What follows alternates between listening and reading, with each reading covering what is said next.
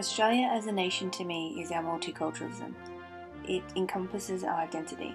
It is embracing others regardless of race. It is adopting cultural differences through foods, religion, language, while still paying homage to the societal standards set by colonisation, such as the English language spoken in broader society. Australia's multicultural identity started with British settlement in 1788.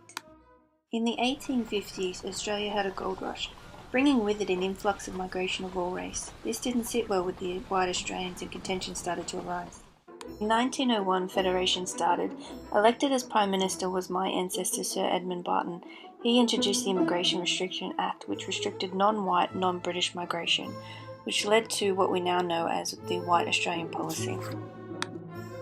After World War II, the government established the Department of Immigration in bid to build a larger population for defence, development and economic purposes, with the slogan being populate or perish. Italians were one of the largest populations to migrate to Australia. During World War II, many Italian towns were bombed and completely destroyed. When the soldiers returned home, they had nowhere to live or work.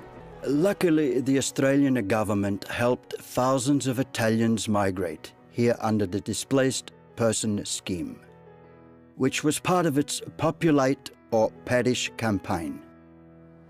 When I arrived in Melbourne, I wasn't sure the city would take to the Italian way of life.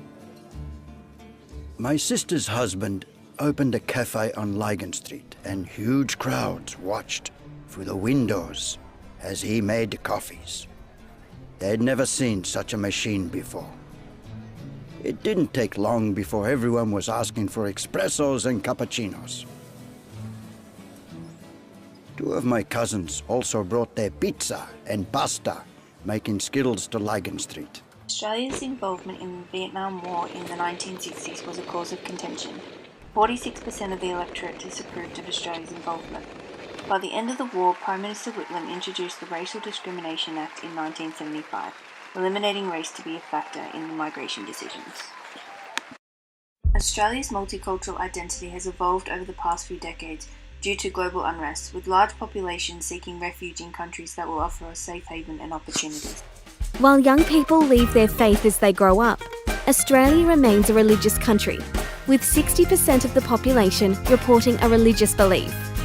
And when it comes to diversity, with about 200 countries of birth, over 300 languages, over 100 religions throughout our communities, and more than 26% of us born overseas, we're a nation of nations.